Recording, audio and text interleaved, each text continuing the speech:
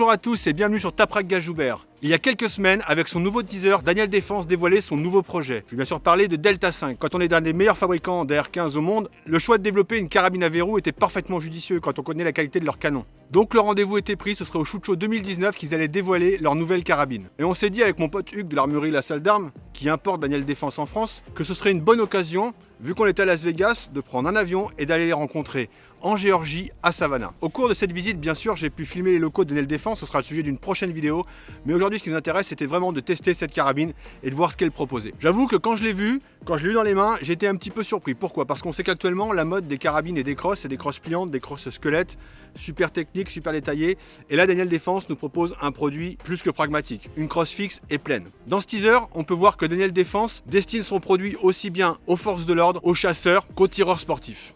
Delta 5 va se décliner en 3 calibres. Le 308 avec un canon de 20 pouces, le 6.5 Creedmoor avec un canon de 24 pouces et le 7.08 Remington avec un canon de 24 pouces. Le pas de rayure sera de 1/10 en 308, de 1/8 pour le 6.5 Creedmoor et de 1/9 pour le 7.08 Remington. Le canon, quant à lui, bien sûr, il est fabriqué par Daniel Défense dans leurs locaux. C'est de l'acier martelé à froid. La crosse est en polymère, mais elle a été renforcée en fibre de carbone pour lui donner plus de résistance et une meilleure rigidité. L'arme est assez légère puisqu'elle pèse seulement 4,2 kg à 4,5 kg, ça va dépendre de la version si c'est en 308 ou en 6.5 Creedmoor. La culasse a 3 tenons et elle est en acier inoxydable. Donc pour la détente, c'est une Timney USA Hunter Elite. Elle est réglable entre un poids de 1,5 et 4 livres. Sur toute l'arme, on va pouvoir trouver 11 points d'attache M-Lock. Sur l'arme, on va pouvoir trouver 3 points Quick Detach ambidextre pour pouvoir fixer une sangle. L'appui-joue, bien sûr, va être réglable. Sur le dessus, un rail Picatinny de 20 MOA. Une autre particularité, c'est que vous allez pouvoir changer votre canon vous-même, pas besoin de passer par un armurier. Daniel Défense a développé un système pour que le canon soit interchangeable, que vous puissiez le faire vous-même.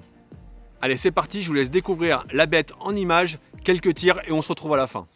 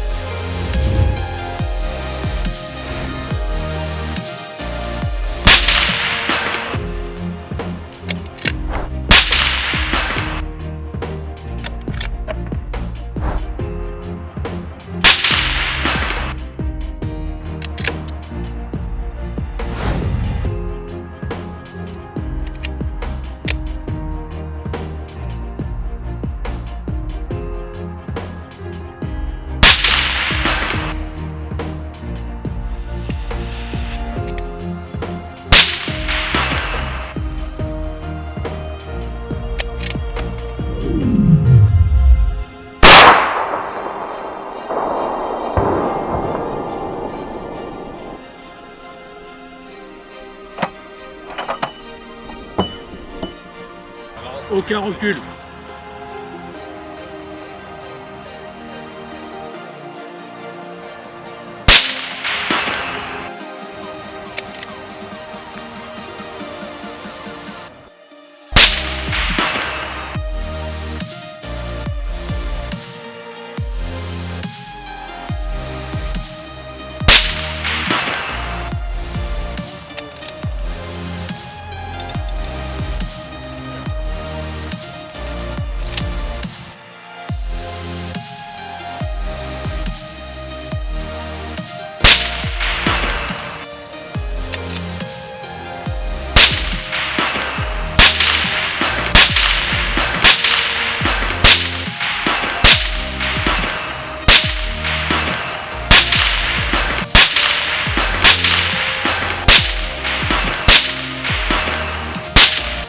Et mes premières impressions, elles sont terribles. Le départ est direct. La pression, elle est bonne, il n'y a pas de moment de flottement. La détente est vraiment directe et le départ est net. Et il est terrible. Autre chose qui m'a marqué, c'est la gestion du recul. Le recul sur le 308, il est quasiment inexistant. Vous restez bien en cible, l'arme reste bien linéaire.